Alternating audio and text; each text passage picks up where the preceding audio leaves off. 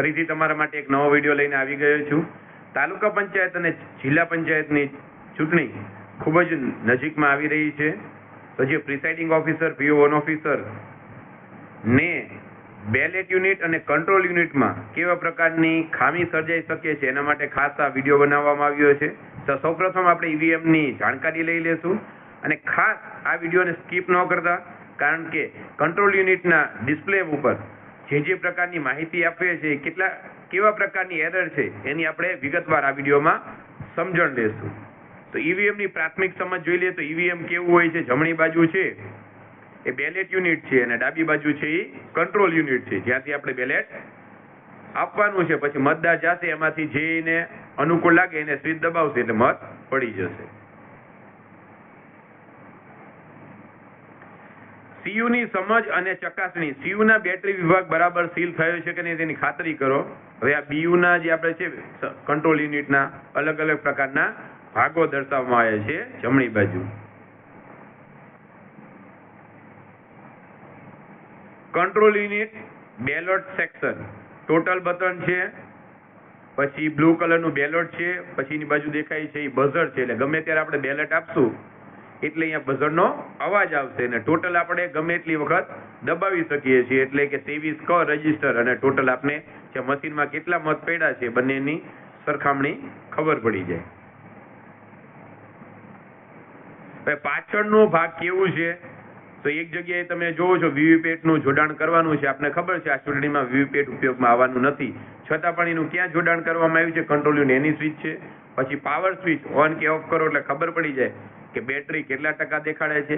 પછી rear side જે તમારે ઉપરથી નીચે ખેંચવાનું છે એટલે એમાં તમારે કાળા કલરનો એક બાજુ છેડો આવશે ને એક બાજુ લાલ કલરનો છેડો આવશે, એ સમજી લેવાનું છે. અને આ કવર છે એનું સ્ટેન્ડ જેવું દેખાય છે. મતદાને મત આપવા જ્યારે મતદાન અધિકારી બેલેટ બટન દબાવશે ત્યારે બીઝી લેમ્પ લાલ રંગનો થશે અને જ્યારે મતદાન તેનો મત આપી દેશે ત્યારે બંધ થઈ જશે. જો 10 થી 15 મિનિટ સુધી કોઈ બટન દબાવવા ના આવે તો CU પાવર સેવ મોડમાં જતું રહે છે. એટલે જોઈજો આ સ્ક્રીન આપેલું છે, બાજુમાં લેમ્પ છે, અહીંયા બીઝી લેમ્પ છે. એટલે ગમે ત્યારે આપણે ખાસ એક યાદ રાખવાનું કે જ્યારે લાલ લેમ્પ ચાલુ હોય ત્યારે ફિમેલ પોલિંગ ઓફિસરને કહી દેવાનું કે તમારે કોઈ પણ બટન દબાવવાનું છે નહીં. જ્યારે ગ્રીન બટન થાય ત્યારે જ આપણે એને ફરીથી બેલેટ આપવાનો છે. પછીનું CUમાં શું આવે છે જોઈ લઈએ આપણે. જો પ્રિન્ટ છે, ક્લિયર છે, ક્લોઝ સેક્શન છે, રિઝલ્ટ છે, પ્રિન્ટ છે અને ક્લિયર, CRC. પછી આ બાજુ બેલેટ બટન છે, આ બાજુ ટોટલ બટન છે, જે આપણે ખ્યાલ છે.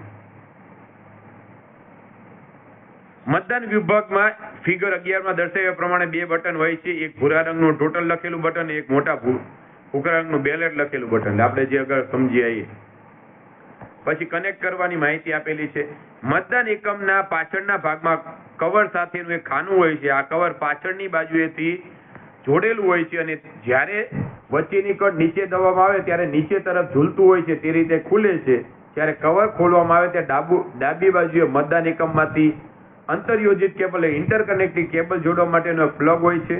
વચ્ચેની બાજુ EVM ચાલુ અથવા બંધ કરવા માટેનો પાવર સ્વિચ અને જમણી બાજુએ ડેટા ઇન્ટરફેસ કનેક્શન માટે 9 પિન મેલ કનેક્ટર દેખાશે. ઉપરની જગ્યાએથી આમ નીચે કરો એટલે આ કમ્પાર્ટમેન્ટ ખુલશે. વચ્ચે જગ્યાએ જે સ્ટીલની છે સ્વિચ એ રે ચાલુ બંધ કરવાની છે. પછી ડાબી બાજુ શું છે તો એમાંથી ઇન્ટરકનેક્ટિંગ કેબલ એટલે આપણે બીજું જોડવું હોય તો એના માટેનું છે. આ બધી માહિતી આપે છે.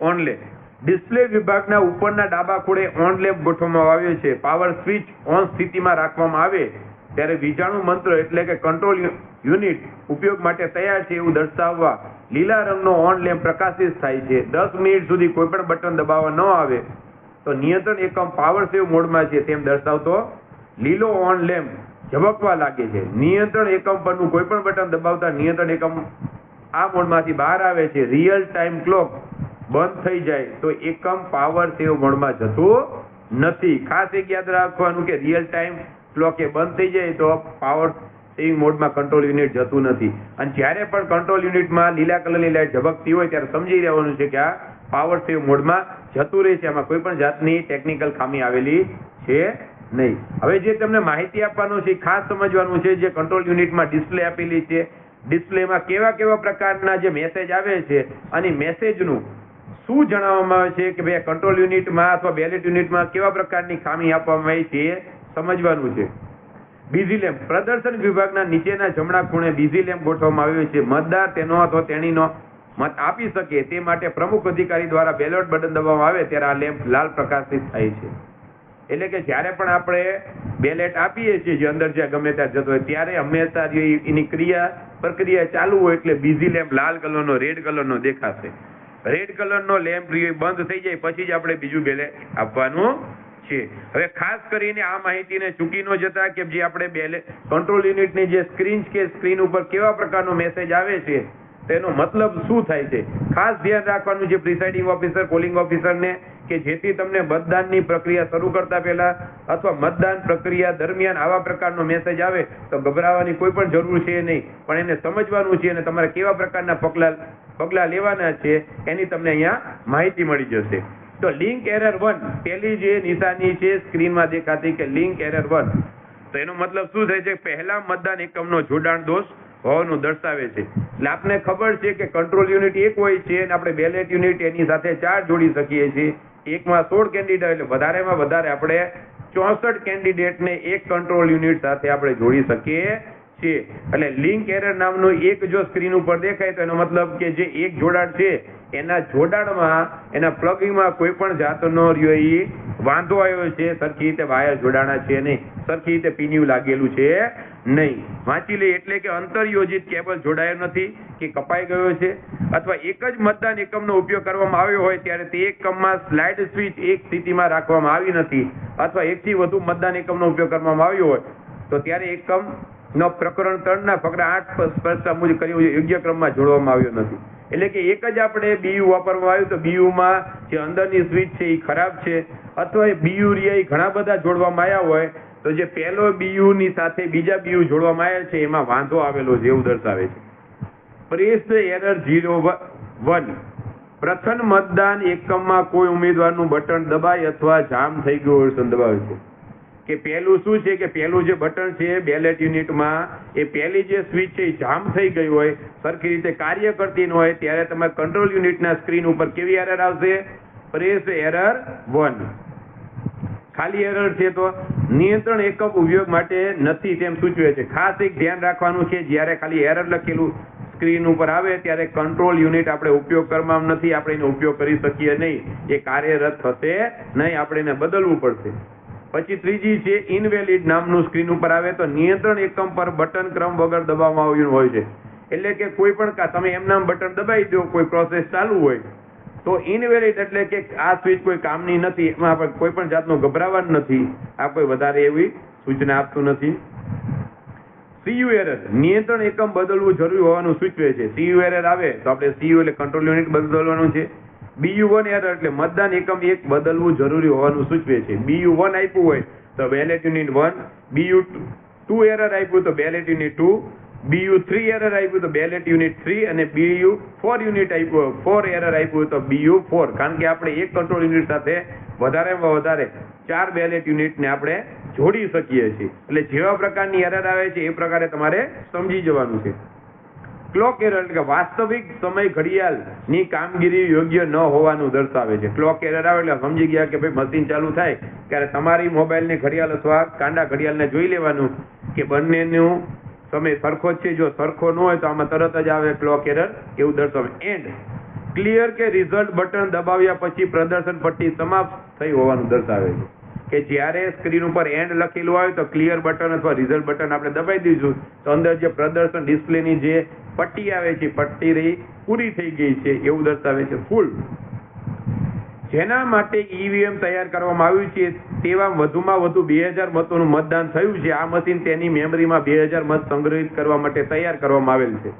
એટલે કે આપણે હંમેશા યાદ રાખવાનું કે કંટ્રોલ યુનિટમાં વધારે કેટલા મત આપણે નાખી શકીએ છીએ 2000. એટલે 2000 કરતા વધારે તમે નાખશો ત્યારે તમારી સ્ક્રીન ઉપર ફૂલ એવું સ્ક્રીનમાં મેસેજ આવશે. કેન્ડિડેટ XX મશીન XX ઉમેદવારો માટે સેટ કરેલું હોવાથી દર્શાવે છે કે XX 2 થી 64 સુધી અલગ અલગ હોઈ શકે છે. એટલે કે આપને ખબર છે કેન્ડિડેટમાં વધારે આપણે કેટલા 64 એટલે એક બેલેટ યુનિટમાં 16, બીજામાં બીજા 16, ત્રીજામાં ત્રીજા 16 ને ચોથામાં 64 એટલે 16 ચોક 64. વધારેમાં વધારે આપણે 64 કેન્ડિડેટ દ્વારા કરાવી શકીએ છીએ. એટલે આવી કેન્ડિડેટ XX એરર આવે એટલે આપણે સમજી જવાનું કે બીજા નંબરનું જે કેન્ડિડેટ છે ત્યાંથી શરૂઆત થઈને 64 સુધી મતદાન થઈ શકે છે, પહેલા નંબરથી થઈ શકતું નથી, એવું મેસેજ દર્શાવે. Total polled vote 1487. આપવામાં આવેલા કુલ મતની સંખ્યા 1427 હોવાનું દર્શાવે છે. જ્યારે સ્ક્રીન ઉપર આવું લખેલું આવે ત્યારે સમજવાનું. કેન્ડિડેટ 6 વોટ 235 કે ઉમેદવાર 6 માટે 235 મત આપવામાં આવ્યો દર્શાવે છે. આ બધું સ્ક્રીનમાં દેખાડે છે. પછી ખાલી ડેશ ડેશ ડેશ ડેશ તૂટક હોય તો બેટરી નબળી છે એવું તેવું દર્શાવે છે. ખાસ યાદ રાખવાનું છે, જો આ સાઇન આવે તો તરત તમારે ઝોનલ અધિકારીનો સંપર્ક કરવાનો છે કે ભાઈ બેટરી સાવ લો થઈ ગઈ છે, ગમે ત્યારે કંટ્રોલ યુનિટ બંધ થઈ જાય છે. Change battery. બેટરી બદલવાની સ્થિતિમાં હોવાથી પાવર પેક બેટરી બદલવાનો નિર્દેશ કરે છે. બેટરી હાઈ, આપને ખબર છે ચાલુ કરી એટલે બેટરી હાઈ તો આપણે ખબર પડી જાય કે બેટરી હાઈ છે. બેટરી મીડિયમ તો બેટરી મીડિયમ દર્શાવે છે. બેટરી લો તો બેટરી એકદમ ઓછી કક્ષાની છે એવું દર્શાવે છે. ડેટ 16/1/2007, ટાઈમ 9:43 ને 34 એટલે તારીખ અને સમય દર્શાવે છે. સિરિયલ નંબર H00003 એટલે નિયંત્રણ એકમનો આંતરિક અનુક્રમ દર્શાવે એટલે કે બધા જે કંટ્રોલ યુનિટ છે એનો પોતાનો એક યુનિક નંબર છે એ દર્શાવે તો સમજી જવાનું કે આમાં કોઈ પણ જાતની એરર આવેલી નથી. કમ્પ્યુટિંગ રિઝલ્ટ એ પરિણામની ગણતરી થતી હોવાનું દર્શાવે છે. PET એટલે કે પોલિંગ એન્ડ ટાઈમ અને PST એટલે પોલિંગ સ્ટાર્ટ ટાઈમ, મતદાન શરૂ થયાનો સમય અને મતદાન પૂર્ણ થયાનો સમય. જ્યારે સ્ક્રીન ઉપર આવું દેખાડે ત્યારે રિઝલ્ટ પોલિંગ ડેટ ટાઈમ એટલે મતદાનનું પરિણામ અને મતદાનની તારીખ દર્શાવે છે. પ્રિન્ટિંગ એટલે પ્રિન્ટિંગની પ્રક્રિયા શરૂ હોવાનો નિર્દેશ દર્શાવે છે. હવે કંટ્રોલ યુનિટ ક્યાં બને છે એની બધી માહિતી છે. રવાના કરતા પહેલા ફેક્ટરીમાં રિયલ ટાઈમ ક્લોક ભારતીય માનક સમય પ્રમાણે સેટ કરવામાં આવે છે. ચૂંટણી માટે મશીન તૈયાર કરતી વખતે નિયંત્રણ એકમની તારીખ સમય તપાસવો. સમય સ્થાનિક સમય કરતા વધારે 5 મિનિટ શ્રેણીમાં હોવો જોઈએ. EVM 1 મિનિટ મહિનાની ચોકસાઈ સાથે સમય જાળવી રાખશે, પરંતુ જો સમય વધારે ફેરફાર જોવા મળે તો ઉપરોક્ત ચોકસાઈની વિગતોના આધારે અપેક્ષા કરતા વધુ હોય તો મશીનની કેલિબ્રેશન માટે મેસર્સ BEL બેલનો બેંગલુરુ મોકલવાનો રહેશે. એટલે કે 1 મહિના સુધી તમે ટાઈમ સેટિંગ કરો તો એ સરખો રહેશે. 1 મહિના પછી એમાં ટાઈમ તમારે સેટ કરવો પડશે. જો સમય અને તારીખ નિર્દેશિત મર્યાદામાં હોય તો આયોગને પૂરા પાડવામાં આવેલા ટાઈમ ઇનિશિયલાઇઝર યુનિટની મદદથી તારીખ અને સમયને સ્થાનિક સમય પ્રમાણે રીસેટ કરી શકાય છે. રિયલ ટાઈમ ક્લોક નિયંત્રણ એકમની અંદર મૂકવામાં આવેલી lithium ion coil set battery જે રિચાર્જેબલ પર ચાલે છે. હવે જે ટાઈમ છે ટાઈમ તેની ઉપર ચાલે છે કે રિચાર્જેબલ લિથિયમ જે રિચાર્જ વગરની છે લિથિયમ બેટરીથી ચાલે છે, ચાર્જિંગ થતી નથી, એ નવી જ લાવવી પડશે. લિથિયમ બેટરી 5 વર્ષે એકવાર બદલવી જરૂરી છે. હવે બીપનો અવાજ આવે છે તો ખાસ કરીને પોલિંગ ઓફિસર 3 અને ફિમેલ ઓફિસરને સમજવાની અને પ્રિસાઇડિંગ ઓફિસરને માહિતી લઈ લેવાની જરૂર કે બીપ અવાજ કેટલો આવે તો કેવા પ્રકારની એરર છે અથવા શું સંદેશો દેખાય છે. આપણે દૂરથી જ આપણે સમજી શકીએ કે જો આ તમે ધ્યાનપૂર્વક સમજ્યા હોય તો. નિયંત્રણ એકમ જ્યારે કોઈ માહિતી દર્શાવે ત્યારે એકમમાં બઝરનો બીપ અવાજ થાય છે. નીચે સમજાવ્યા મુજબ બીપ અવાજનો સમયગાળો દર્શાવવામાં આવેલી માહિતીના પ્રકાર મુજબ જુદો જુદો હોય છે. એટલે અલગ અલગ પ્રકારે બીપ અવાજ કેટલો આવે છે ખબર પડી જાય. મતદાર તેનો અથવા તેણીનો મત નોંધે પછી ઓછામાં ઓછો 5 સેકન્ડનો બીપ અવાજ આવે છે. એટલે કે જ્યારે કોઈ મતદાર વોટિંગ આપે છે તો ઓછામાં ઓછો 5 સેકન્ડ બીપનો અવાજ આવે છે. પ્રદર્શન પેનલની માહિતીમાં કોઈ પણ ફેરફાર થાય કે પછી તરત જ સેકન્ડ બીપનો અવાજ થાય છે. ઉદાહરણ તરીકે કુલ ઉમેદવાર સેટ વ્યક્તિગત પરિણામે વગેરે આવે ત્યારે 2 સેકન્ડનો બીપ અવાજ આવે છે. એટલે કે સેટિંગ કરતા તરત ખાલી 2 સેકન્ડ માટે જ બીપ આવે છે. કોઈ અવ્યવસ્થિત કામગીરી, જોડાણ અલગ થઈ જવું, ક્ષતિ વગેરે તરફ ધ્યાન દોરવા માટે ટૂંકા અને તૂટક બીપ અવાજ આવે છે. એટલે કે તમારા કંટ્રોલ યુનિટમાં અથવા બેલેટ યુનિટમાં કોઈ પણ જવાબ સમયે ખામી આવે છે તો આપણે જે રીતે કારમાં આપણે જોઈએ સીટ બેલ્ટ પહેરતા નથી ટું ટું ટું ટું ટું અવાજ આવે છે, એવો અવાજ તમારા કંટ્રોલ યુનિટમાં આવશે. વારંવાર તૂટક ટું ટું ટું એવો બીપનો અવાજ આવશે. બટન અવ્યવસ્થિત ક્રમ વિના દબાઈ જાય ત્યારે 4 સેકન્ડનો બીપ અવાજ આવે છે. હંમેશા યાદ રાખવાનું કે બીપનો અવાજ જ્યારે કોઈ પણ કામ વગર એમના બટન દબાઈ જાય તો 4 સેકન્ડ સુધી બીપ અવાજ આવશે. મતદાન ડેટા ઇરેઝ થાય ત્યારે 14 સેકન્ડનો બીપનો અવાજ આવે.